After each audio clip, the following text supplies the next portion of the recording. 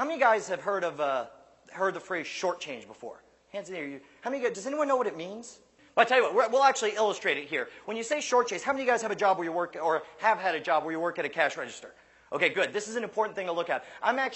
This is the most distilled, simple version of a short change I've been able to find. I'm going to like to kind of illustrate the concept behind it here for you guys. Hey, I need to get some change here. Let me get change for a 20. Okay, sure. 5, 10, 15, 16, 17, 18, 19, 20. Perfect. Thank you very much. Actually, I don't know what I was thinking here. I actually already have ones. I need to get rid of these. Tell you what, let me get $10. Okay, there you go.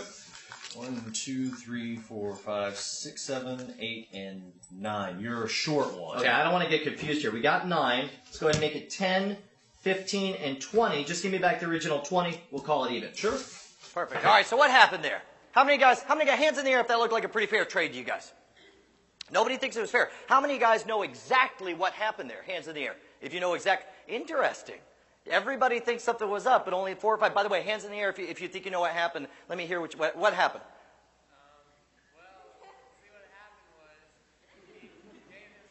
was, Okay, I assume what you're saying is that he ended up $10 ahead of the other guy. Is that what happened? There we go. I tell you what, you did a good job. By the way, I reward interactivity and piping up here. So even if even if you give a half-assed answer like that, I'm gonna, as a thank you for participating, I'm gonna give you a copy of my book, Cheats, Cons, Swindles, and Tricks: 57 Ways to Scam Your Friends. Here, give him a round of applause for helping out.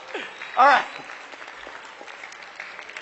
Yeah, what happened is a short change is anything that looks like a normal trade. It looks like a normal rational transaction, but in fact one person is confusing the other person and using that confusion to get more money out of the register. And I'm going to explain how this works so you guys don't get fooled. This isn't a how-to guide for you guys to go out and start ripping people off.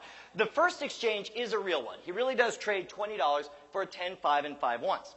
Then he says, wait a minute, I don't need all these ones. Let me give you all these ones for a 10. And it looks right, but then upon counting, you see that there's 9 $1 bills instead of 10. Or maybe an alternate version might be that the 10th bill is a $10 bill instead of a $1 bill. There's some kind of confusion. Under that confusion, he pockets that 10 and then says, wait a minute, let's start this over. Here's 1, 2, 3, 4, 5, 6, 7, 8, 9, $10 plus 10 more dollars. Just give me that for 20. And it's really easy. Now, we're here at a lecture called Scam, Sasquatch, and the Supernatural, and so we know we're on guard, and we're looking for the scam here. But if you've ever had a job, how many guys have had that where you're working the register and the line's getting really long, and you feel that pressure that you've got to keep moving really quick? You guys ever have that? Excellent. So you know what I'm talking about. And usually this is a two-person operation where one person is maybe yelling or shouting, hurry up, to pressure you into making a mistake with the other person. So don't fall for that.